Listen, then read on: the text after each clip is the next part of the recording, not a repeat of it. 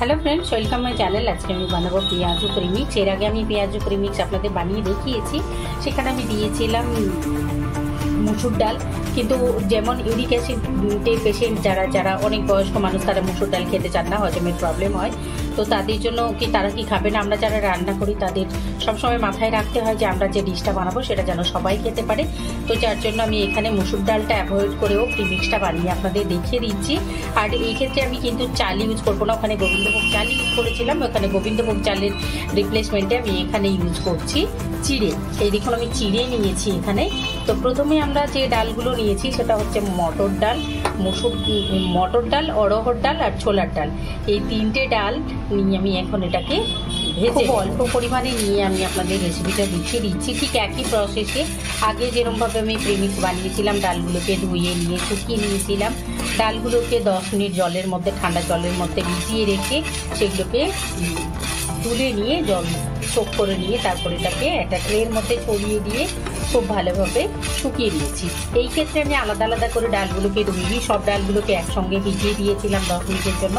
3-4 বার জল পাল্টে আমাদের ধুয়ে নিতে হবে, কারণ ডালের মধ্যে প্রচুর পরিমাণে পাউডার থাকে। দেখবেন ডালটাকে যেন অনেক দিন ভালো থাকে, সেই জন্য প্যাকেটের ডালের মধ্যেও একটা পাউডার থাকে। ধুলে আপনারা বুঝতে পারবেন যে কতটা সেই ঘোলা ঘোলা জলটা হতে থাকে। যতক্ষণ পর্যন্ত না ডালটা ধুতে জলটা পরিষ্কার হয়েছে ততক্ষণ পর্যন্ত আমি ধুয়ে নিয়েছি। ধুয়ে নেওয়ার পরে এটাকে আমি 10 মিনিট ভিজিয়ে রেখেছিলাম, তারপরে জলটা ছেঁকে নিয়ে আমি এটাকে শুকিয়ে নিয়েছি। এখন আমি এটাকেও ভেজে নেব যতক্ষণ পর্যন্ত না এটা কড়কড়ে হয়েছে, একটুখানি কালার চেঞ্জ হয়েছে। মিডিয়াম লো ফ্লেমেই এটাকে আমি ভেজে নিচ্ছি।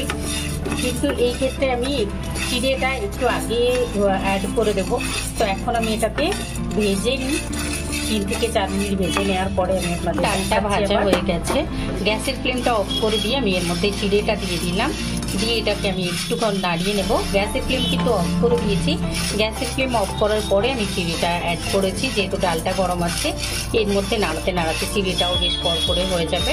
তো আমি চিড়েটাকে দিয়ে 2 মিনিট মধ্যে একটু নাড়িয়ে নেব, তারপরে এটাকে আমরা ঠান্ডা হলে গুঁড়ো করে নেব। এই দেখুন আমি এটাকে নামিয়ে রেখে দিয়েছিলাম, এখন ঠান্ডা হয়ে গেছে। তো ঠান্ডা হয়ে গেছে, এখন এটাকে নিয়ে নেবো আমি একটা মিক্সির জারের মধ্যে।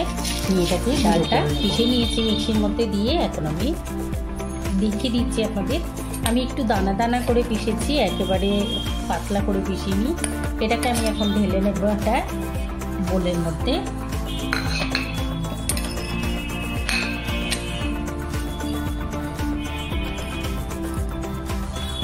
দেখুন আমি খুব অল্প পরিমাণে তৈরি করে দেখালাম আপনাদের। আপনারা চাইলে কিন্তু এটা পুরো বেশি করে তৈরি করে অনেক দিন পর্যন্ত ইউজ করতে পারবেন, পুরো রোজা অবধি ইউজ করতে পারবেন যদি আপনারা ইচ্ছে করেন যে বেশি করে তৈরি করব।